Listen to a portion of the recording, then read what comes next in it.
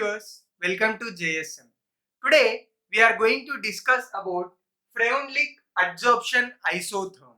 Okay, firstly let us know what does the isotherm means. Okay, this isotherm means a graph drawn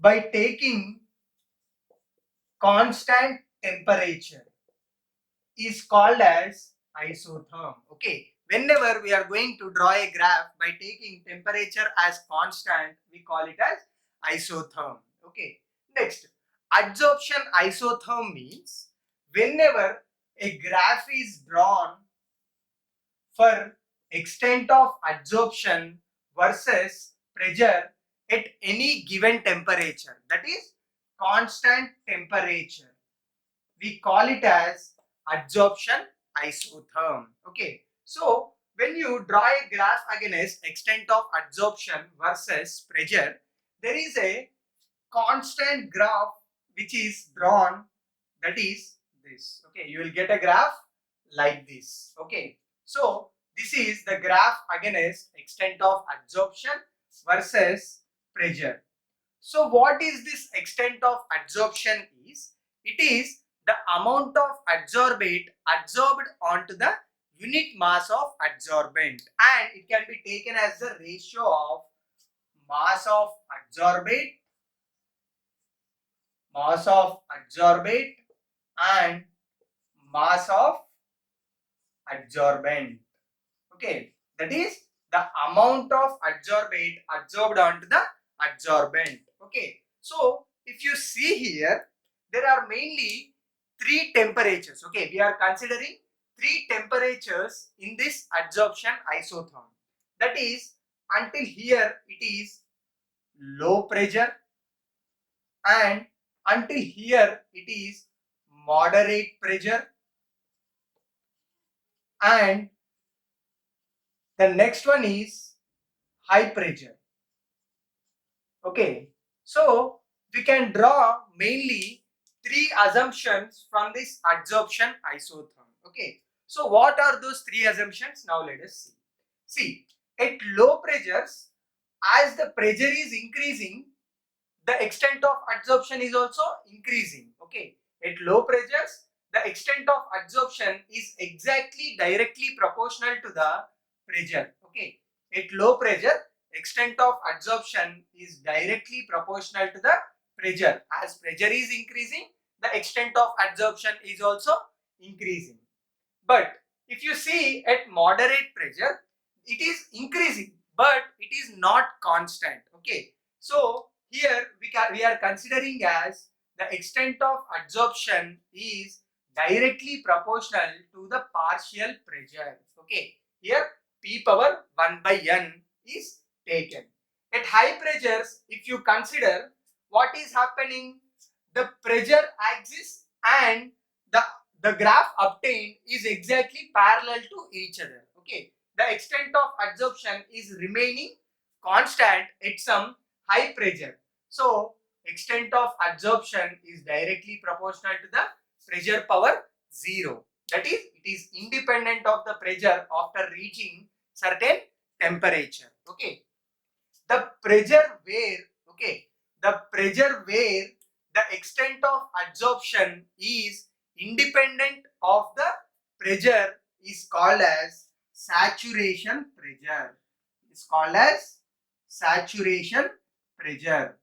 So after reaching certain pressure, the extent of adsorption is independent of the pressure. Okay, even though it is exceeding after the saturation pressure, even though the pressure is exceeding, what happens? The extent of adsorption is independent on the pressure. Okay, it will be constant. Okay, so if you now observe here the graph here at moderate pressures, the extent of adsorption is directly proportional to the pressure power 1 by N, that is the partial pressures. This equation now is called as Freundlich equation. Okay, this equation is now called as Freundlich equation. Okay, if you remove the proportionality constant, you will get extent of adsorption x by m is equal to k into p power 1 by n. Okay, extent of adsorption x by m is equal to k into p power 1 by n. Here k is a Freundlich constant. Okay, k is a Freundlich constant. If you just apply logarithms for this equation, okay, upon applying logarithms for this equation, log x by m is equal to log k plus 1 by n log p. Okay, it is in the form of y is equal to mx plus c. Here y is equal to log x by m and 1 by n is equal to slope and x is log p and c is log k.